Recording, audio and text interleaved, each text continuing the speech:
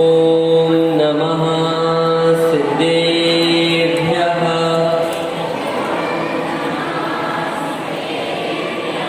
ॐ नमः सिद्धेभ्यः।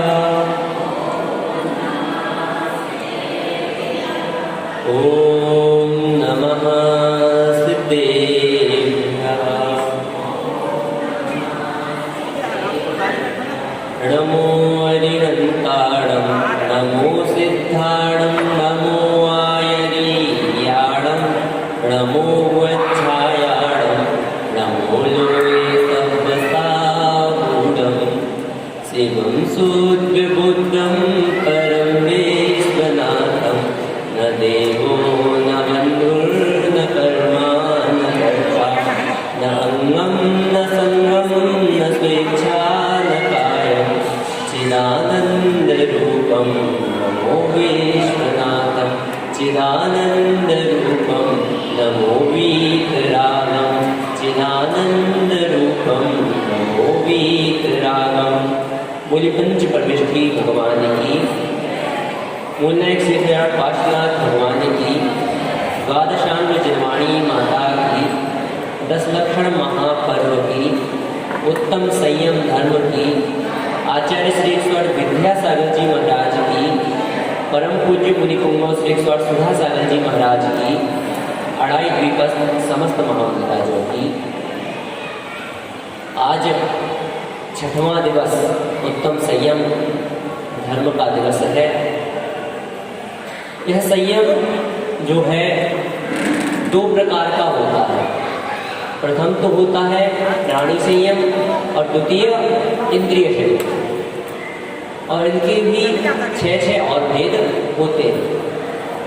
इंद्रिय संयम जो है 6 प्रकार का है और प्राणी संयम भी 6 प्रकार का है। इंद्रिय संयम 5 इंद्रिय और मन को वश में करना, यह क्या है? इंद्रिय संयम। 5 इंद्रियां सभी को पता है, स्पर्शन, रसना, घ्राण, चक्षु और कर्ण, यह 5 इंद्रियां। और एक क्या है? मन, यह 6 है। इन 6 को बस में करना 6 प्रकार का इंद्रिय संयम। तो प्राणी संयम तो 5 स्थावर, पृथ्वी का एक, जल का एक, अग्नि का एक, वायु का एक और वनस्पति का एक। इन 5 स्थावर जीवों की तथा एक त्रस जीव की रक्षा करना, यह 6 प्रकार का प्राणी संयम। त्रस में भी 4 भेद हो जाते हैं, 2 इंद्रिय, 3 इंद्रिय, 4 इंद्रिय और 5 इंद्रिय। इस प्रकार से इसमें भी 4 भेद हो गए। तो हम इन्हें उदाहरणों के माध्यम से समझते हैं किस प्रकार से यह जो इंद्रिय संयम और प्राणी संयम है इनका पालन किया जाता है। पूर्व में प्राणी संयम को समझते हैं। प्राणी संयम में जो 5 स्थावर जीव हैं, हम कितनी बिजली का उपयोग करते हैं? हम बिजली का उपयोग करते हैं तो उसे कितनी मात्रा में करें? सीमित मात्रा में करें। हम अपने घरों में क्या करते हैं? गए और घर में क्या किया? फैन चालू किया और वैसे ही का वैसा छोड़ दिया।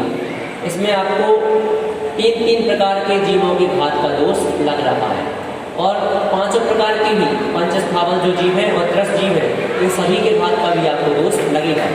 कैसे लगेगा? बिजली किससे बनती है? किससे बनती है? जल से बनती है। जल का एक का घात हुआ। अग्नि उसमें आपकी उत्पन्न होती है, अग्नि का एक का घात हुआ। वायु, जब वह फैन चलता है, पंखा चलता है, तो उसमें वायु का प्रभाव होता है। वायु के प्रभाव होने से वायु का एक जीवों का घात हो रहा है। वायु और वनस्पति, जल रह गया, पृथ्वी रह गई।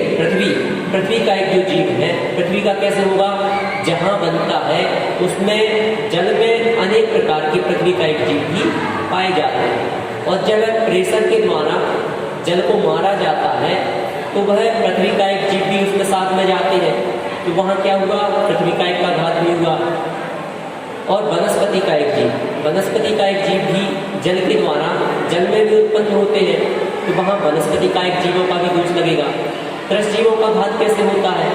तो त्रस जीव, एक तो जब आप उसका उपयोग करते हैं तो आप जब लाइट जलाते हैं लाइट में कितने प्रकार के कीड़े उत्पन्न होते हैं यहाँ आप देख सकते हैं, और बरसात के समय में और अधिक मात्रा में उत्पन्न होते हैं।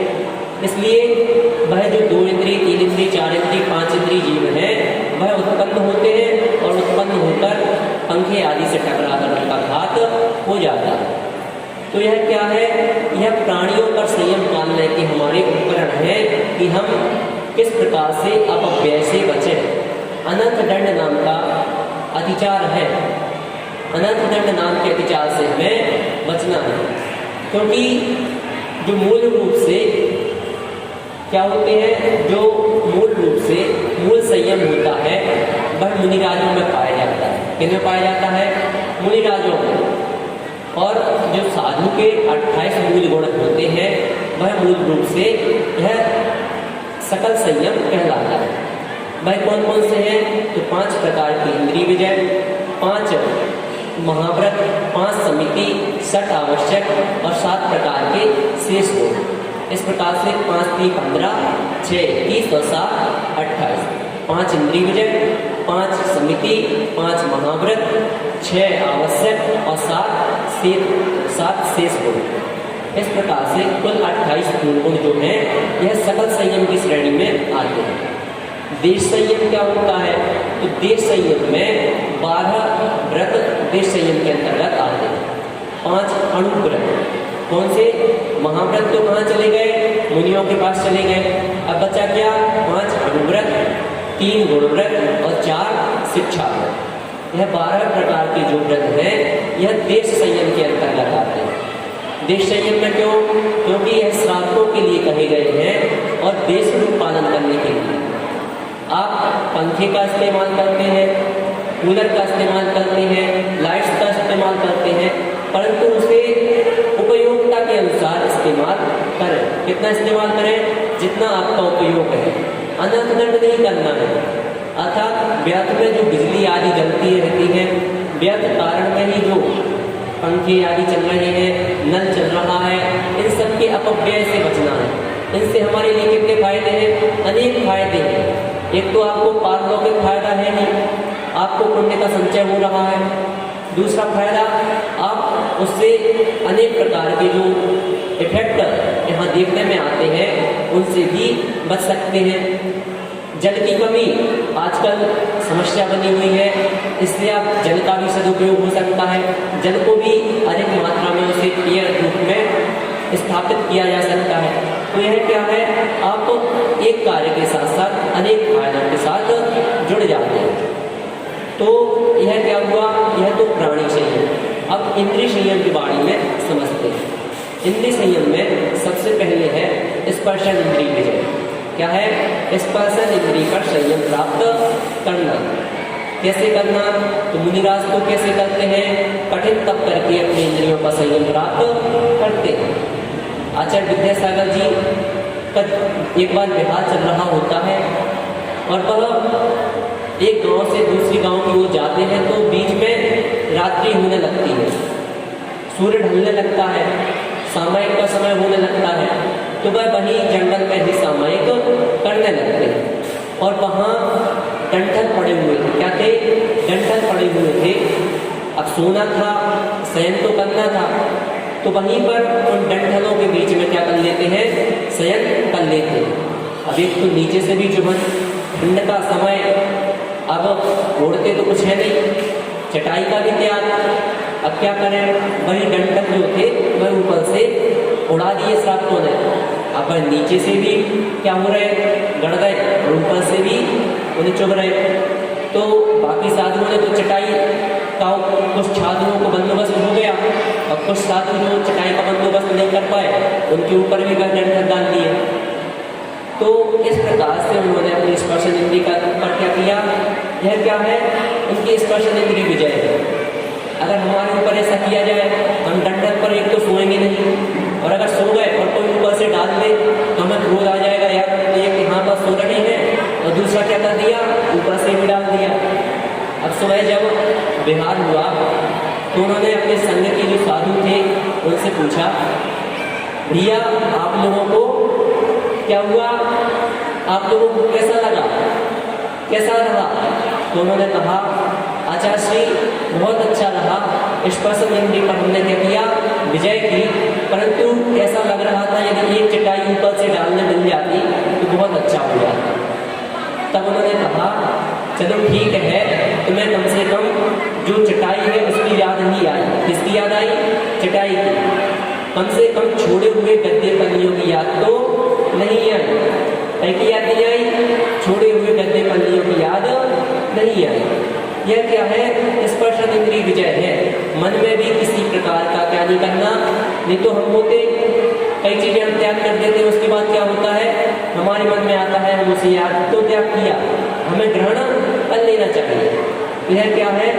यह भी जो मन में बात आती है यह भी हमें ग्रहण नहीं करना है। मन में भी त्यक्त विषय को हमें अंगीकार नहीं करना है। यह हुआ स्पर्शन इंद्रिय विजय। द्वितीय रसना इंद्रिय विजय। रसना पर किस प्रकार से?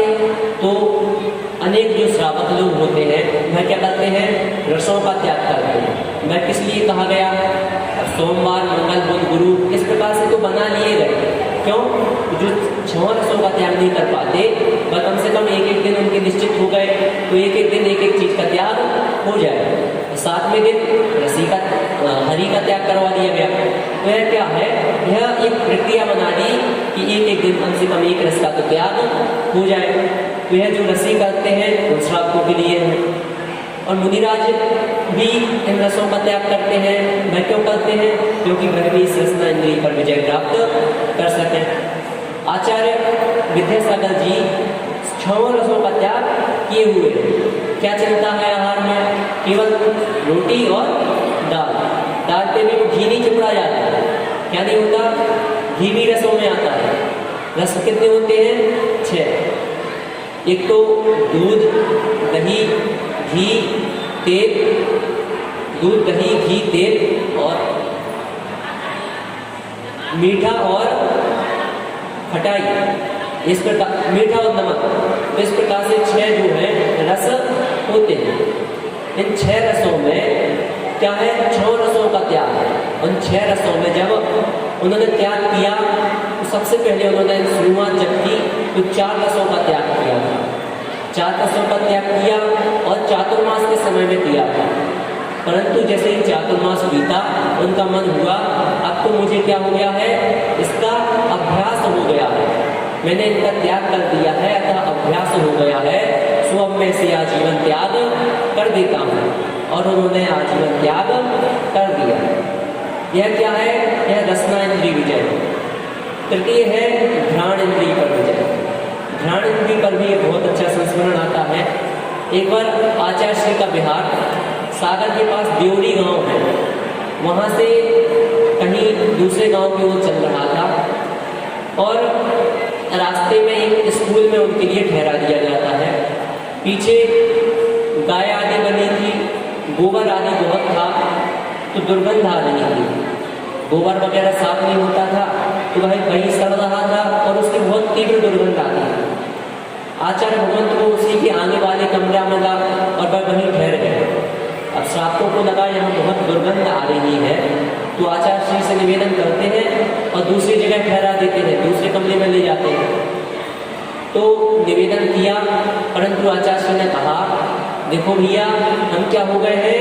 मुनि हो गए हैं। हम मुनि हो गए हैं, हमने सब चीजों का त्याग कर दिया है। अब ना तो हमें सुगंध आती है ना ही दुर्गंध आती है, हमें तो क्या आती है? सिर्फ गंध आती है। क्या आती है? गंध आती है।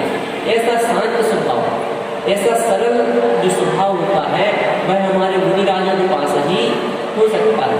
और उस स्वभाव को ग्रहण करने के लिए हमारे लिए भी उनके मार्ग पर, उनके बताए हुए मार्ग पर चलना चाहिए।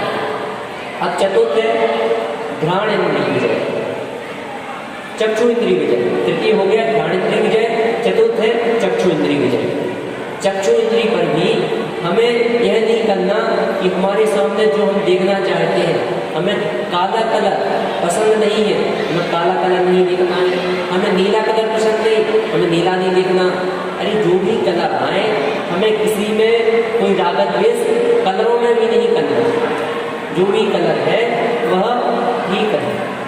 हमारे कमरे में हमारे मन का कलर नहीं पुता, तो क्या हुआ, हमारे मन में अब साल भर तक क्या हो रहा है, पापा ने कह दिया कि अब साल भर बाद पुताई होगी, अब जो हो गया सो हो गया। अब हमारे साल भर हमारा जब भी हम कमरे में जाएं, अरे यार ये कलर देखने को मिल जाता है, कितना खराब लगता है आदि, मन में कितने प्रकार के भाव आ जाते हैं। तो यह क्या है, यह हम अपने संयम को खो देते हैं। और जब हम इस पर विजय प्राप्त करना चाहते हैं तो हमें अपने दिन धर्म में झांकना होगा और चक्षु इंद्रिय पर विजय प्राप्त करना होगा। अंतिम है कर्ण। कर्ण इंद्रिय क्या है, कर्ण इंद्रिय में हम जो सुनना चाहते हैं, हम अच्छा संगीत सुनना चाहते हैं, अच्छा सब कुछ सुनना चाहते हैं, सभी से अच्छी बातें सुनना चाहते हैं, परंतु हमारे मुनिराज कहते हो कैसे होते हैं, तो छेड़ालाकार पंडित दौलत राम जी ने कहा अर्घावतारण, क्या कहा, अर्घावतारण असी प्रहारण में सदा संता है। अर्थात अर्घावतारण, अर्घ चढ़ाएं, क्या करें, अर्घ चढ़ाएं, पूजा पाठ करें। और दूसरा क्या कहा, असी प्रहारण, असी अर्थात तलवार से प्रहार करें। इन दोनों में क्या करना है, दोनों में समता भाव धारण करना है। राजा श्रेणी ने क्या किया, परंतु मुनिराज ने कुछ कहा नहीं कहा। अनेक प्रकार के यशोधर मुनिराज के साथ, यशोधर मुनिराज को सियाल ने खाया, गज कुमार मुनिराज के ऊपर सीढ़ी रख दी गई, परंतु सबने समता भाव को धारण किया।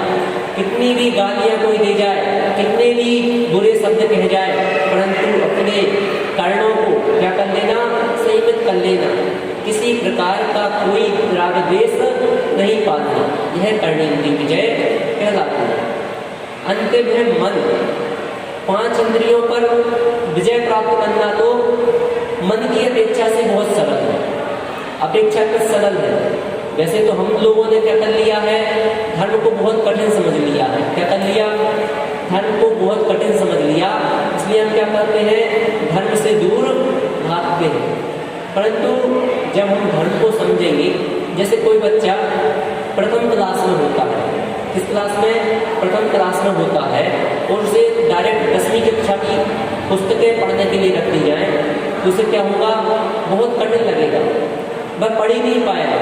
उसी प्रकार से हम क्या करते हैं, पहले समझते नहीं हैं, छोटी चीज़ों को नहीं देखते हैं, डायरेक्ट अगर बड़ी चीज़ को देखते हैं तो क्या होता है, हमें यह लगने लगता है धर्म बहुत कठिन है। परंतु जब धीरे धीरे वह हमारे आचरण में आने लगता है, जब हम उस चीज़ को समझने लगते हैं कि वास्तविकता में यह चीज़ है क्या, वास्तविकता में इस चीज़ से हमें लाभ क्या है, तो हम उस चीज़ को ग्रहण करना प्रारंभ कर देते हैं। अक्सर देखा जाता है जब कोई एक वस्तु एक बार हम देखते हैं तो हमें अनेक बार वह वस्तु बुरी लगती है प्रथम बार में, परंतु जब द्वितीय तृतीय बार में हम वह वस्तु देखते हैं तो वह हमें अच्छी भी लगने लगती है। अक्सर कपड़ों का जब चयन करते हैं तो ऐसा होता है, वही वस्तु जब हम दुकान पर देखने जाते हैं तो हमें ऐसा लगता है यह नहीं लेना चाहिए, परंतु यदि कोई दिला देता है और उसे हम 1-2 बार पहनते हैं तो वह तीसरी बार में हमें अच्छी लगने लगती है। अक्सर होता है। इसी प्रकार से जो यह धर्म है, धर्म को भी हमें समझना है कि हमें कम से कम यदि धर्म कठिन लग रहा है तो उसे हम एक बार सुने तो, देखें तो है क्या चीज़, जब हम उसे समझेंगे तो अच्छा लगने लगेगा। परंतु अनेक लोग क्या होते हैं, उसे समझने का प्रयास ही नहीं करते। तो हम चल रहे थे कि 5 इंद्रियों को बस में कर लेना तो मन की अपेक्षा से सरल है, परंतु मन को बस में करना बहुत कठिन है। क्यों? क्योंकि मन जो है ये सबसे अधिक चंचल होता है। हम 1 मिनट में भी हमारा मन कहाँ से कहाँ घूमाता है, हम स्वयं भी पता नहीं कर पाते और अगले पल हम विस्मृत हो जाते हैं। हम अभी यहाँ बैठे हैं, हमारा मन क्या पता अभी घर पे चल रहा हो, कुछ लोगों का प्रतियोगिता में चल रहा होगा, कितनी देर में प्रतियोगिता प्रारंभ होना है, अब पंडित जी का भी समय होने वाला है तो उन्हें भी प्रवचन खत्म करना है। तो इस प्रकार से जो मन है यह क्या है, यह चंचल है, अनेक प्रकार की बातें एक ही समय में आने लगती हैं। अब जिनकी नहीं भी चल रही होगी वो भी सोचने लगे होंगे कि पंडित जी ने कह दिया है तो अब तो यह क्या है, यह हमारे मन का कारण है।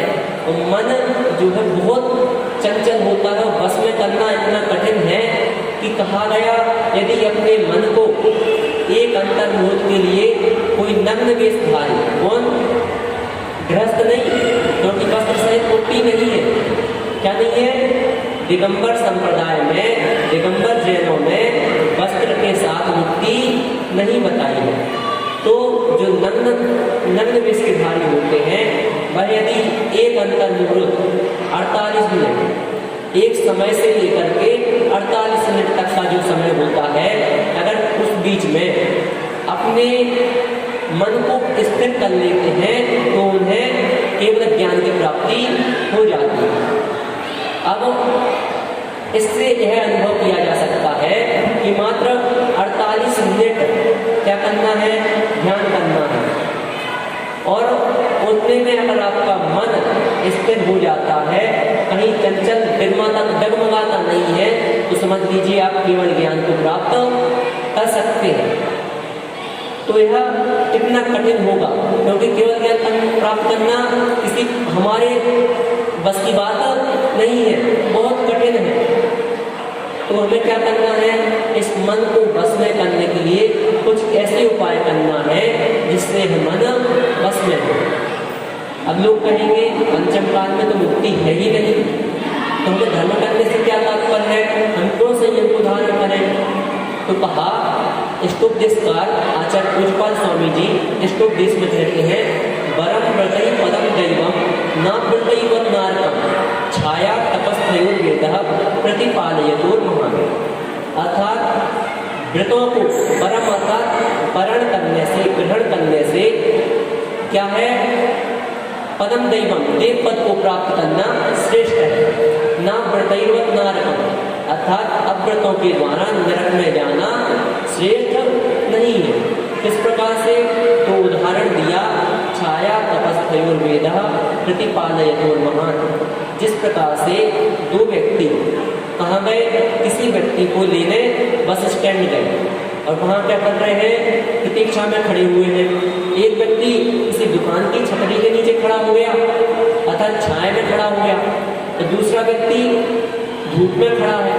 तो वह क्या है, जो धूप में खड़ा व्यक्ति है और छाया में खड़ा व्यक्ति है, वह मौसम के अनुसार क्या है, मूर्ख है। इसको ये नहीं व्यक्ति मूर्ख है, क्यों, क्योंकि ग्रीष्म काल में, गर्मियों में जो धूप में खड़ा है वह क्या है, मूर्ख है, क्योंकि उसे छाया भी वहां पर है। और जो शीतकाल में वहां छांव में खड़ा है वह क्या है, वह भी मूर्ख है। तो मौसमों की अपेक्षा से वह व्यक्ति मूर्ख है। जब ग्रीष्म काल का समय है तो जो गर्मी में खड़ा है, धूप में खड़ा है, वह व्यक्ति मूर्ख है, और जो छाया में खड़ा हुआ है वह व्यक्ति श्रेष्ठ है।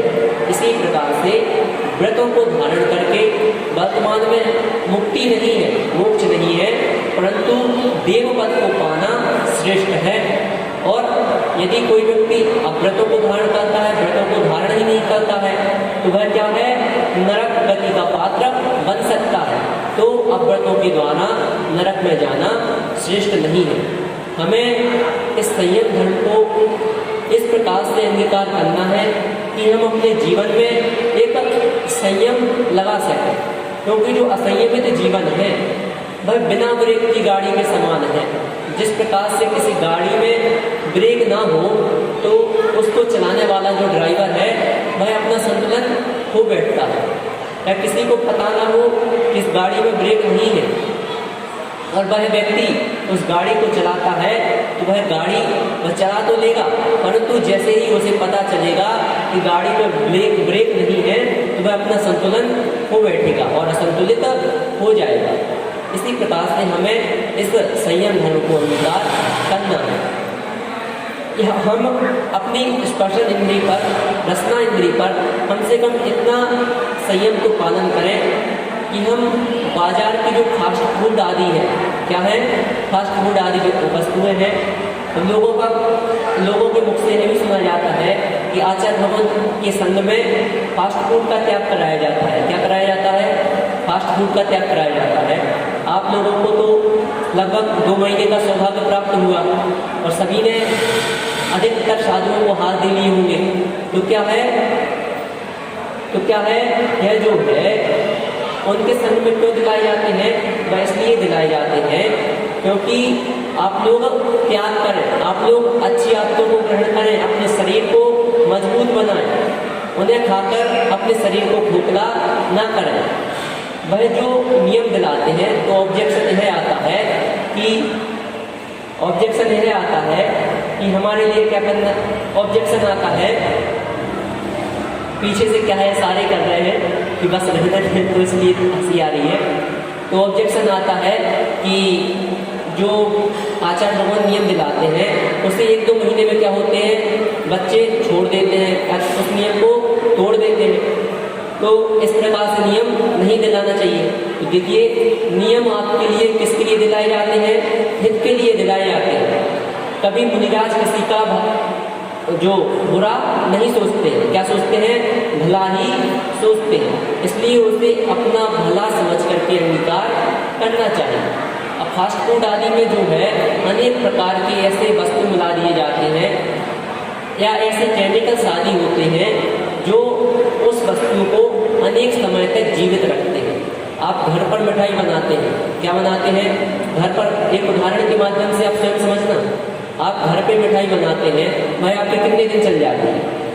आप उसे बंद डिब्बे में रख दीजिए और बंद डिब्बे को आप 10 दिन तक नहीं खोलिए, मात्र 10 दिन तक। कितने दिन तक?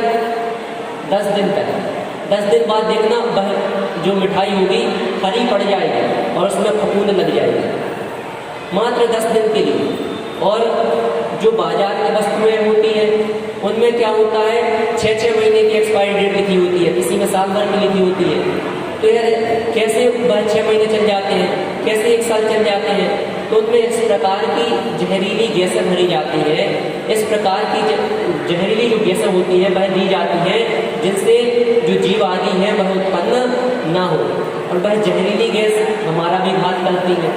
कैसे करती है?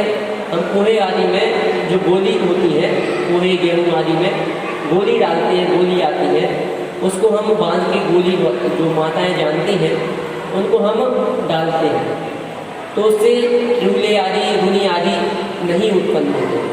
परंतु यदि वही गोली हम सेवन कर लेते हैं तो हमारा क्या होता है, उससे हमें बहुत ज़्यादा नुकसान होता है, अपच होने लगती है आदि अनेक प्रकार की उससे हमारे लिए तुरंत में बीमारियां उत्पन्न हो जाती हैं।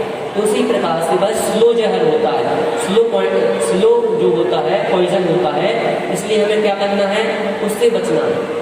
यदि हम उससे बच गए तो कम से कम हमारा इतना है कि हमारा जीवन सुरक्षित हो जाएगा, हमारा जीवन संयमित कम से कम उन वस्तुओं से हो जाएगा। तो हमारे लिए उन वस्तुओं को जानना है। अब कुछ लोगों का कहना ही होता है, आप कभी फैक्ट्रियों में तो गए नहीं, आपने स्वयं देखा क्या? तो हमने तो स्वयं नहीं देखा, परंतु रिसर्च मुनिराज आदि करवाते हैं। सुधा सागर महाराज जी के संग में जो 2 क्षुल्लक जी हैं, गंभीर सागर जी और धैर्य सागर जी, उनमें जो धैर्य सागर जी हैं उन्होंने शोध कराया और एक टीम बनाई और उस टीम को बना के जो सारे कोड रहते हैं उन कोड्स को क्या किया, सबको जांच करवाया, कंपनियों में भेजा, उन कंपनियों से पता किया किस प्रकार का क्या चीज़ मिलाई जाती है, किस कोड का क्या मतलब होता है, उन सभी का वर्णन उन्होंने एकत्रित किया।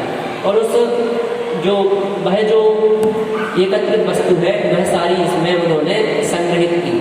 और वह जब भी आप अगर उनके पास जाओगे तो वह आपको, अगर उनसे आप पूछ लेंगे, एक तो वह स्वयं बता देंगे, नहीं तो अगर आप उनसे पूछेंगे तो वह आपको इस बारे में सारी डिटेल अपने मौखाग्र दे देंगे जो इस किताब में लिखी है।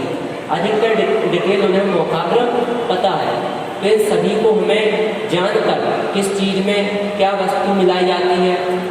बोन चाइना जो होता है उसमें 50% हड्डियों का चूर्ण मिलाया जाता है। क्या होता है? 50% हड्डियों का चूर्ण मिलाया जाता है। इसलिए कभी बोन चाइना के कप में, बोन चाइना की प्लेटों में हमें चाय आदि नहीं पीना चाहिए या उनका इस्तेमाल नहीं करना चाहिए। अनेक प्रकार की ऐसी वस्तुएं हैं, उन सभी का वर्णन इस पुस्तक में है, आप सभी इस पुस्तक में देख सकते हैं। इसलिए हमें कम से कम उन वस्तुओं से बचना है जिन वस्तुओं से हमें तीव्र पाप बंध होता है।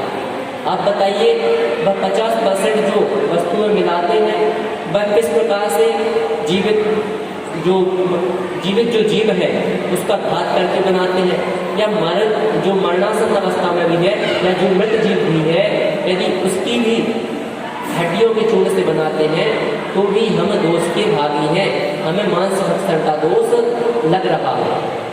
पानी छानने में सुधा सागर जी कहते हैं कि पूर्व में तो क्या था, कुएं में बिछाने डाल लेते थे, परंतु वर्तमान में इतना नहीं हो पाता है। तो कई लोग कहते हैं कि हम जो थैली आदि बांधते हैं उसमें तो जीवों का घात हो जाएगा, तो इससे अच्छा बांधने से क्या प्रयोजन है?